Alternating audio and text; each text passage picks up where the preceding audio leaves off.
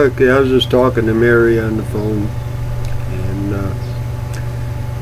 she asked me what I was going to do the rest of the day. Well, I get in, I surf the net. I read science stuff about outer space and the atmosphere, and just stuff. I'll type something in Google, hit it, and start reading. Well, a few times, in fact more than a few, probably daily, I'll hit on the paranormal, and I believe in it because of my experiences with Chuck and Mom. I was a skeptic, just like Mary is, but back in I got back in church in '91. Told you the story concerning my February when I made that X. Mom and Dad came down and opened up that bank account, and then they went back home again. I started struggling with my belief factor. Yes, I was reading the Bible. I was reading the Bible for the first time. I was about halfway done with the Bible. I read 2 or 3 chapters a day. Back then I was reading 2 or 3 chapters in the Old Testament, 2 or 3 chapters in the New. Now that I've read the Bible, geez, probably 15 times, I only do 2 chapters a day, plus a devotion. Right now I'm in Revelation, and I'm almost done. No, start again with Genesis. But like I said, I was going through a little bit of turmoil the first time that I was actually reading the Bible. Well, I got to Proverbs and started really going through the Proverbs. And one Wednesday night, we used to eat dinner at the church. And then I'd go to the sanctuary and pray at the altar, just as I was, shoes on. I'd put my Bible in the pew and go up by myself. Never took my Bible to the altar for the first few months. Never did. Well, this night was really bothering me, and I wanted to stay connected. I read in Proverbs where the wise man is wise and a fool is foolish. Well, as I was walking across the street going to the sanctuary, that verse kind of hit me. Why was I putting my Bible on a pew and leaving it to go to the altar? I'm getting closer to God, but I'm leaving my Bible, my guidebook, my map, if you were, 30, 40 feet from me. Okay, Gene, you're stupid. So that night I took my Bible to the altar, and I started praying. All of a sudden I realized that if I opened up my Bible and pointed, God might reveal something to me. And I did just that. The first experience that I had opening up my Bible and pointing was when God told Joshua. Now we all know the story about Moses and the burning bush. Moses saw a light off in the distance. He went to investigate it. And there's a burning bush that wasn't burning. It was just on fire, but it wasn't being consumed. And a voice came out of it. Moses, take off your shoes. You're on holy ground. Oh, yes, Lord. We all know that story. But do you know the story of Joshua? Joshua replaced Moses. And God told Joshua the same thing. Take off your shoes. You're on holy ground. Well, I asked God to reveal something to me that I'm doing wrong. And I want to be wise, like in Proverbs. I want to be wise. Please, show me how to be wise. I opened up the Bible, pointed, opened up my eyes, boom. Joshua, take off your shoes. A few Sundays before that, the pastor was, on one of his Sunday night sermons, said that to make the Bible personal, change names. Put your name in his spot. Instead of Moses saw the burning, Jane saw the burning bush, John saw the burning bush, Mary saw the burning bush. Put your own name in the Bible as you read. I did that night. I don't think I said the word Joshua. I think I automatically said, Jane, take off your shoes, you're on holy ground. Whoa! I want to be closer to God by going to the altar. I'm on holy ground.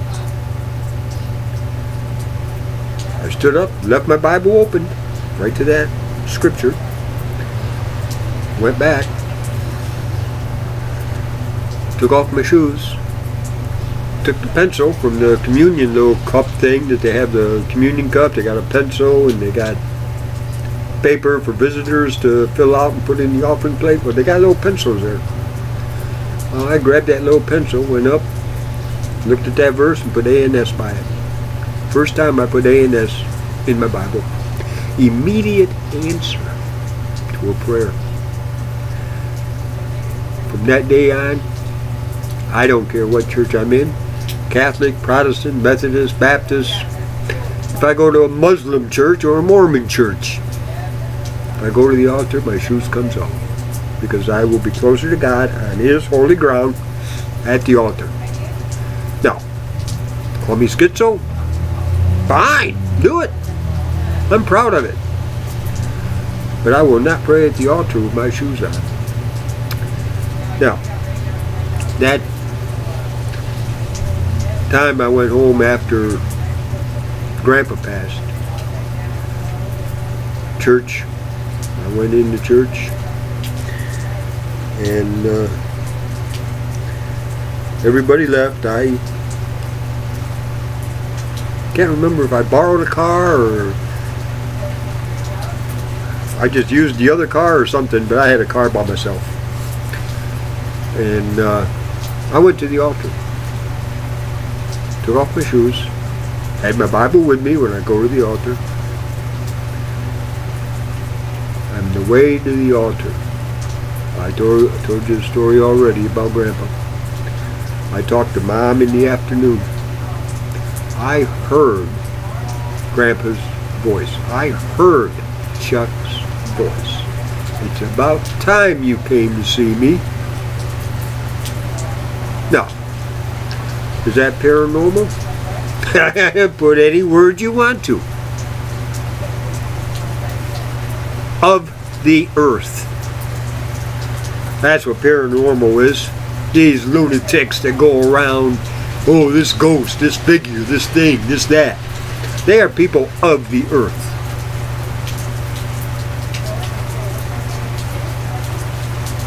Which is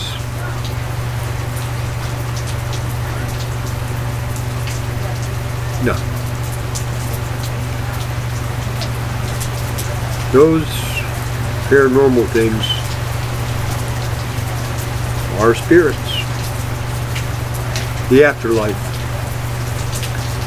Be it for evil, be it for good. You got both realms. And I'm a firm believer in that. I watch Zach quite a bit on Ghost Adventures. He ends up getting scratched 3 times. Okay. Evil. Evil spirits. I've never seen Zach go to a church. I'm waiting for that. Because he's not going to get scratched. And he's going to communicate just like I did. Now, have I seen Chuck? No. Have I felt Chuck? Yes. Even that first time. His body was next to mine, pushing against it, just like two people pushed in a crowd.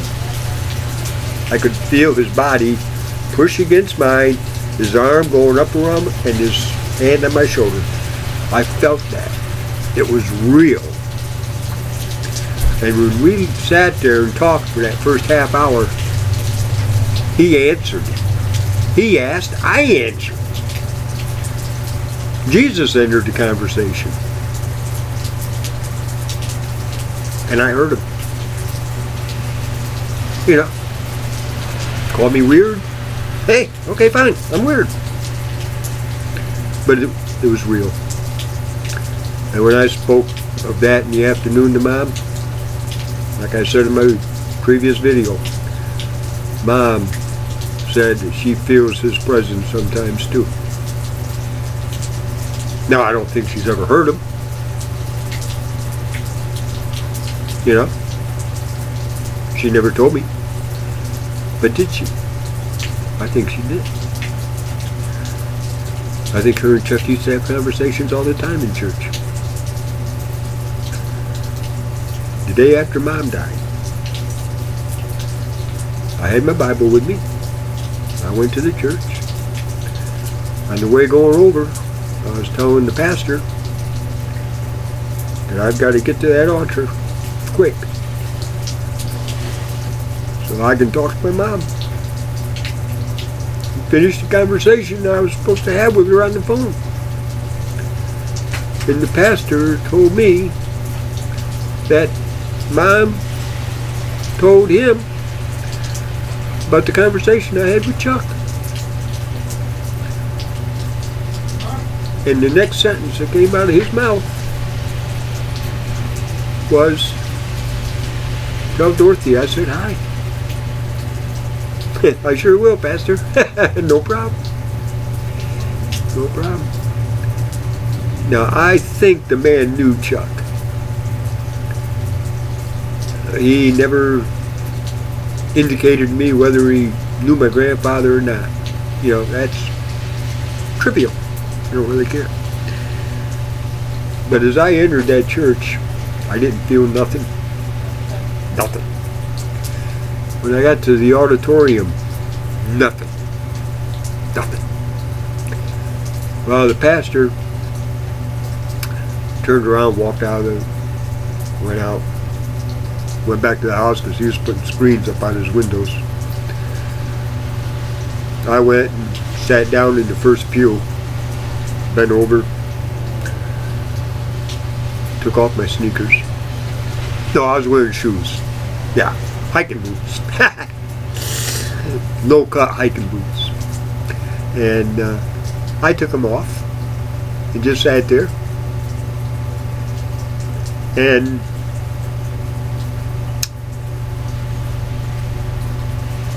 remembered some of the times that I had in that church. Pastor Truex giving a message. I turned around and looked where Mom, Dad, and I usually always sat, and didn't feel nothing. Didn't feel anything. So I just sat there and said a prayer. And I'm going to go to the altar. And I have to be with Chuck and Mom. Well, I stood up, picked up my Bible, went to the altar and stood there. As I was kneeling down to put the Bible on the top step, an arm went up around my shoulders, and I heard Chuck say, "Hi, Gene, your mother's coming." I turned and looked, didn't see nothing. But when I turned and looked, I could see where he was up against me. You know, you can feel somebody as they press against you. Well, when I turned and looked, I could see the indication of somebody standing there pushing against me. I felt his arm going across my back and his hand on my shoulder as him and I kneeled. As soon as I kneeled, a kiss right there from my mom. And I heard Mom say, "I'm glad you came today, Gene." And her arm went across the middle of my back and held onto my side. Because Mom and I used to walk, my arm up around her shoulders and her arm around my waist.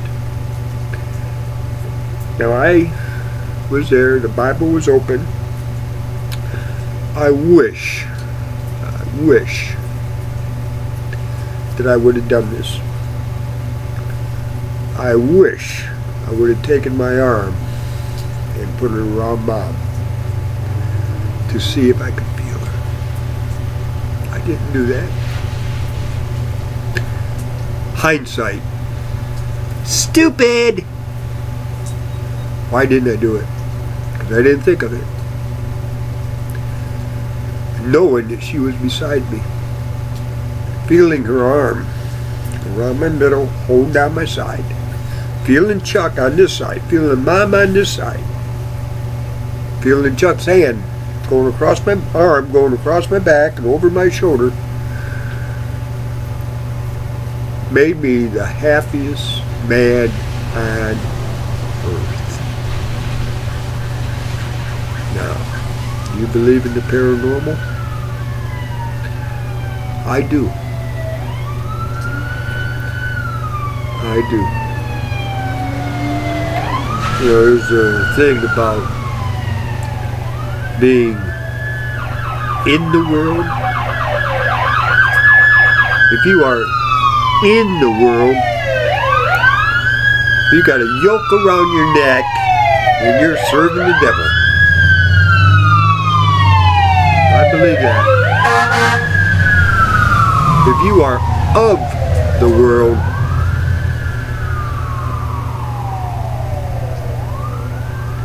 BIBLE, basic instructions before leaving Earth. We have to learn how to deal with being so close to sin. And sin is around us. You can't go 2 minutes without sinning. There's times that I sin when I pray. Yeah, right here. If you think it, you might as well do it, because you've already sinned. That comes right out of the Bible. If you think it, you've done it. So it don't matter. So, you believe in the paranormal? Well, that day that I spent an hour with Mom here, Chuck here, feeling their spiritual bodies brushed up against me. The warmth, pure love. Pure love from my grandfather, Chuck, and pure love from my mom.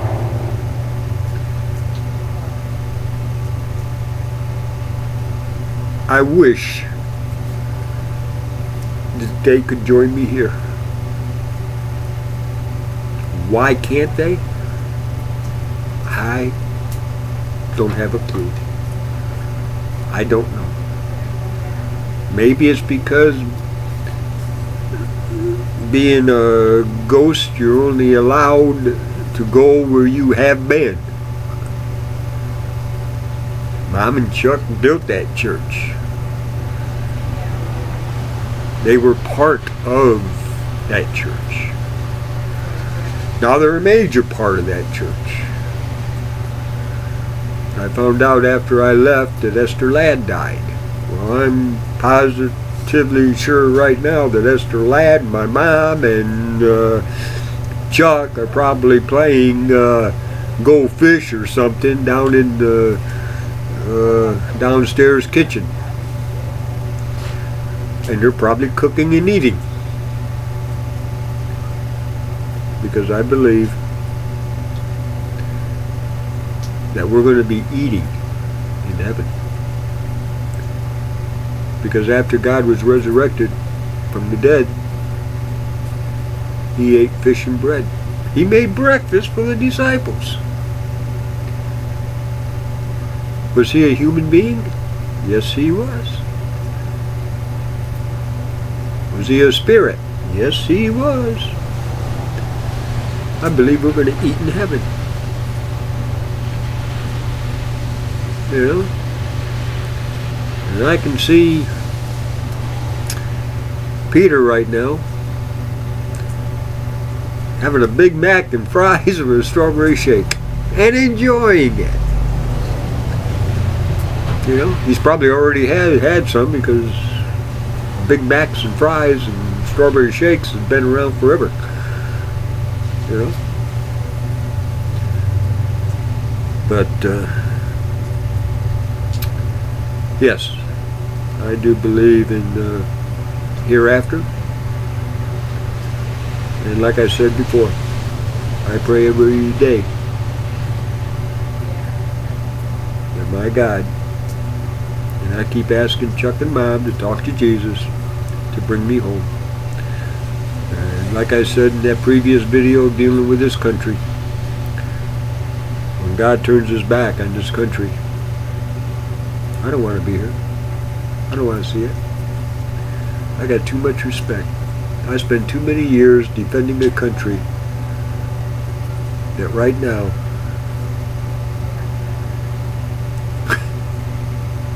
is falling apart at the seams because of our leadership. Like I said before,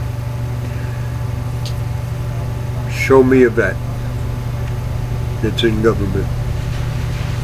I don't think there is any. Anyway, I'm going to close for now. Lord, once again, thank you for Mary and her mom. And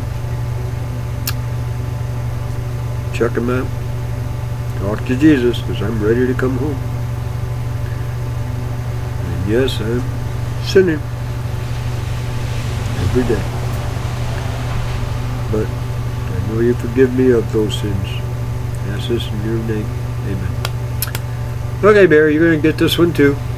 So, enjoy it. And don't be scared by ghosts.